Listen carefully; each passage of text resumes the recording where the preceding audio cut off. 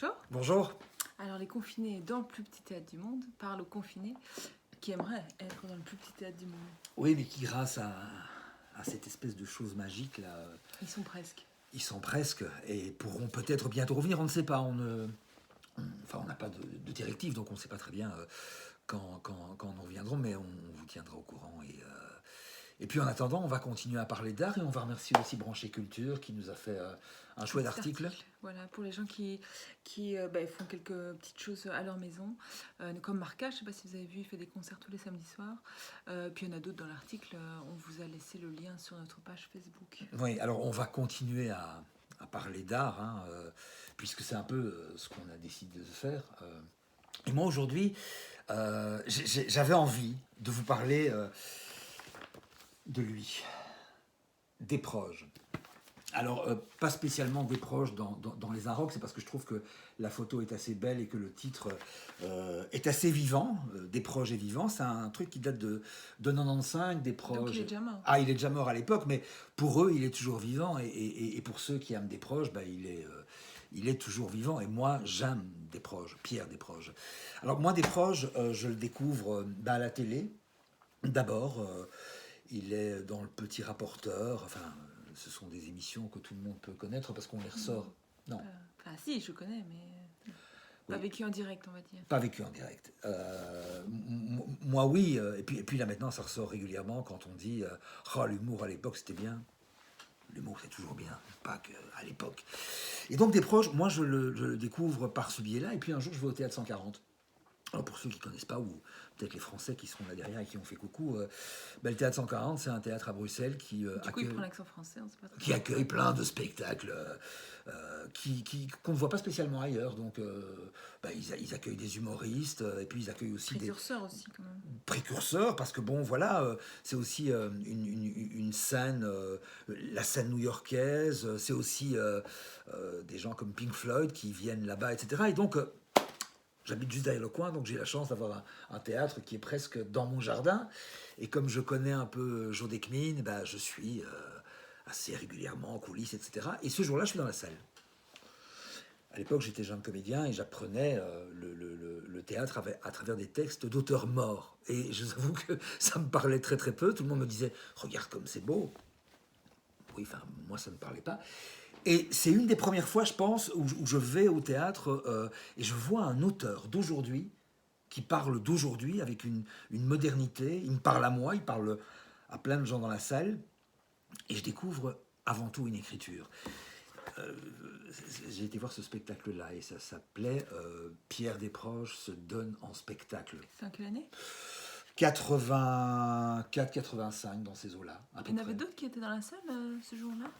Au Ah 140? Si vous étiez dans la salle pour voir Desproges se donne un spectacle, envoyez-nous Un petit mot. un petit mot parce que bon, c'est toujours intéressant de voir comment vous avez pu le découvrir et si ça a été un choc dans votre vie de le découvrir sur scène.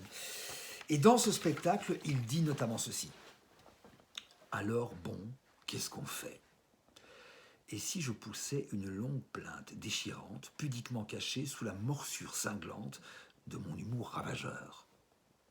Encore faudrait-il que je croie en un combat. Ah, bien sûr, si j'avais cette hargne mordante des artistes engagés qui osent critiquer Pinochet à moins de 10 000 kilomètres de Santiago. Mais non, je n'ai pas ce courage. Je suis le contraire d'un artiste engagé. Je suis un artiste dégagé. Je ne peux pas être engagé. À part la droite, il n'y a rien au monde que je méprise autant que la gauche. Et d'abord, quelle gauche? La gauche gluante d'humanisme sirupeux des eunuques à la rose?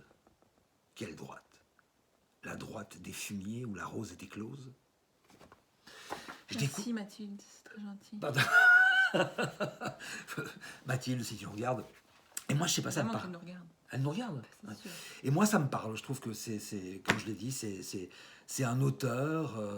Ça parle de la modernité. Et à partir de là, je commence à remonter absolument tout ce qu'il a pu écrire. Il a écrit plein de trucs, hein, mais entre autres, manuel de savoir-vivre à l'usage des rustres et des malpolis, vivons heureux en attendant la mort, dictionnaire superflu à l'usage de l'élite et des bien nantis et des femmes qui tombent. Alors, j'ai tous ces bouquins, mais vous les présente un peu dans le désordre pour dire que je pense qu'il faut lire absolument tout des Proges, absolument tout. Il y a des biographies qui ont été assez bien foutues sur lui. Il y en a une ici que j'aime assez particulièrement et qui est signée par... il y en a deux d'ailleurs. Anne-Marie Guillaume, ici. C'est mon travail. Ah, c'est ton travail. De montrer le livre. Alors, voilà. Donc, des trucs que je découvre, et notamment le seul roman de son existence qui s'appelle Des femmes qui tombent. Je vais refaire un peu Mathilde ici.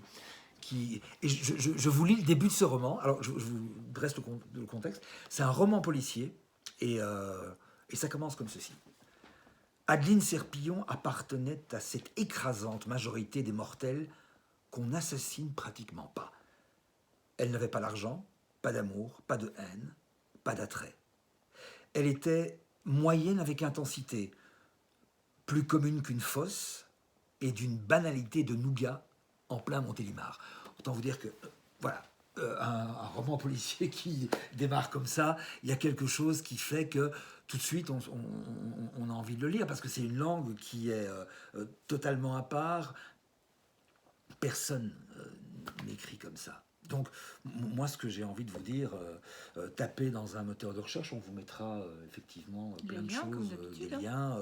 Il y a des livres qui sont épuisés, il y en a que vous pouvez retrouver, je pense, en version numérique, mais là, je ne suis pas trop certain. Et puis, tapez aussi dans votre moteur de recherche des Proges, allez voir des bouts de spectacle, et vous allez voir que c'est un mec qui a influencé plein de personnes qui existent aujourd'hui et qui font leur travail d'humoriste avec énormément de liberté, parce que il y a un truc qu'on dit souvent maintenant, on ne peut plus rien dire, le politiquement correct, il faut se taire. Et moi, je ne sais pas, quand on dit ça, je ne sais pas de qui on parle, parce que moi, je trouve que on est dans une période qui est extrêmement libre, même pour dire de grosses conneries. Surtout de grosses conneries. Donc, je ne vois pas tellement qui est on. Et puis, on, c'est qui on ne peut plus rien dire. Moi, nous, on ne se sent pas dans cette espèce de mouvance. On ne peut plus rien dire. Alors, peut-être que les gens qui disent ça, c'est parce qu'ils ont été bâchés sur les réseaux sociaux, peut-être parce qu'ils avaient dit des conneries aussi, et que, enfin, en tout cas, moi, je m'oppose à ça, et je trouve qu'il y a plein de gens qui font leur métier aujourd'hui, et dire ça, c'est aussi ne pas prendre en compte des gens comme, je sais pas moi, Jérémy Ferrari, Blanche Gardin, des gens comme Sam Touzani, par exemple, Christophe Lévesque. Je parlais de Sam Touzani, qui est un mec quand même qui prend la parole. On l'a rencontré dernièrement pour notre prochain documentaire. C'est quand même un gars qui risque parfois sa vie en parlant de l'islamisme qu'il conchit. Donc je vais dire qu'on ne nous dise pas ça. On peut encore tout dire. Et peut-être que ceux qui ont peur de dire les choses, c'est un peu aussi par peur ou lâcheté, ce qu'on peut comprendre, c'est très humain. Mais quand j'entends des mecs dire « on ne peut plus rien dire » et qui disent « dans mon média, on ne peut plus rien dire sur mon média » et qui, 10 ans après, se trouvent toujours sur ce média, c'est un manque de probité intellectuelle, quoi. Parce que si on ne peut vraiment plus rien dire, ben on se casse. Voilà. Donc j'avais envie de dire ça. Et donc écoutez les humoristes, les chroniqueurs en radio, et puis dites ce que vous avez à dire, quoi.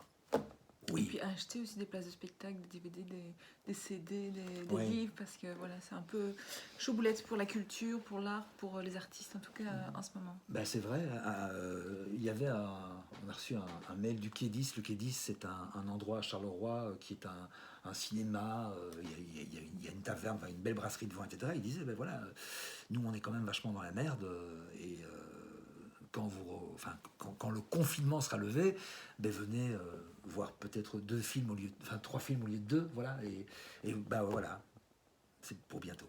Alors moi je voulais vous parler de toute autre chose, oui, une série TV, fiction, sur Netflix. Il y a un tout de cette série-là, il y a 3 saisons qui sont disponibles sur Netflix. Ça s'appelle 10%. Alors pourquoi 10%? Parce que ça parle d'une agence artistique qui s'appelle ASK. Et cette agence artistique, on sait qu'un agent prend 10% du cachet de chaque artiste qu'il représente. Et là, c'est une grosse agence à Paris. Et alors, le truc qui est sympa, c'est qu'en fait, dans cette série-là, on a ce qu'on appelle des guest stars, mais qui jouent leur propre rôle. Du coup, on a Cécile de France, on a Gilles Lelouch, on a Julien Doré, il y a Joey Star, par exemple, dans les 3 premières saisons. Et ce qui est marrant, c'est que les artistes se prêtent vraiment au jeu parce qu'ils jouent avec ce qu'ils sont, en tout cas ce qu'il nous faut croire qu'ils sont, on va dire. Par exemple, les épisodes avec Julien Doré, on voit vraiment un type complètement barré qui se lance dans la réalisation de son premier film. Ouais, c'est très drôle. Donc c'est super drôle. Il y a aussi des épisodes avec Nathalie Baye et Laura Smet, en fait, on leur propose à toutes les deux, via leur agent, de bosser sur le même film, sauf qu'elles n'ont absolument pas envie de bosser l'une avec sa mère, l'autre avec sa fille, qu'elles ne peuvent pas se le dire, donc elles passent par leur agent pour leur dire. Et donc c'est assez drôle parce que ça fait des situations un peu cocasses. Évidemment, c'est lié au monde du cinéma, donc nous, ça nous a fait rire et oui, forcément, aussi... voilà, se souvenir de plein de choses, mais je pense que c'est tout à fait drôle pour tout le monde. Oui, je pense aussi que c'est pas parce que nous, c'est pas un truc de cuisine interne, je pense que c'est accessible à tout le monde. Oui, non, t'as raison, c'est une série qui est vachement bien foutue. Voilà, ils annoncent une saison 4 qui est normalement, on peut le faire, je suis sûre qu'ils peuvent le faire, en automne 2020 sur France 2, parce que la série est d'abord diffusée sur France 2 avant d'être sur Netflix. Oui. Et là, ils annoncent des noms comme Charlotte Gainsbourg, je pense à ma petite copine qui est à La Ciotat, qui est son actrice fétiche, Danny Boone, Jean Reno, voilà. Et c'est une série qui a été produite par Dominique Besnéard. Tu peux le faire, Dominique Besnéard ? C'est un monsieur qui veut un petit peu. Voilà, qui est assez connu dans les médias, qui est agent. Qui est agent et puis qui se prête au jeu de jouer des rôles dans des films, etc. Mais lui, en tout cas, je pense qu'il est à l'initiative de... Il est à l'initiative de cette série, même si c'est une série inspirée d'une série canadienne. Ah oui, je ne savais pas. Ouais. Et c'est Cédric Clapiche qui fait la direction artistique de la série. Et dedans, dans ces agents, il y a, je pense, en tout cas au départ, il y a 4 agents. Et une des agents, au féminin, comment on peut dire agente, tu penses ? Est-ce qu'on peut dire agente ? On peut dire agente. Dites-le nous, moi je sais pas. Agente ? Oui. Une fille qui fait le métier d'agent, qui s'appelle Camille Cotin, qui est, voilà, en tout cas... une super chouette actrice, nous on l'aime beaucoup, et en parlant de personnes par rapport à l'humour qui ne pouvait plus rien dire, elle a fait aussi une série de petites capsules, je pense que c'est pour Canal+, mais qui s'appelle Connasse, et donc ça vaut aussi le coup d'aller jeter un petit coup d'œil parce que c'est des caméras cachées, mais voilà, on peut vraiment encore dire beaucoup de choses, vous allez voir. En tout cas, il y a beaucoup de choses que pourtant je n'ai pas ma langue dans ma poche, mais je ne me serais pas permise de dire. Voilà. Allez voir aussi. Donc 10% sur Netflix. 1, 2, 3 et puis j'espère bientôt la 4. Ouais. Et merci. Et puis on revient bientôt. On dirait François de Brigode. Merci beaucoup. Ah, j'aime bien François de Brigode. Mais moi aussi. Merci, comme si j'étais parti en reportage de guerre. Là, tu vois. non, merci beaucoup à vous de nous avoir écoutés. Et puis merci de revenir régulièrement. Et puis à très bientôt. À bientôt.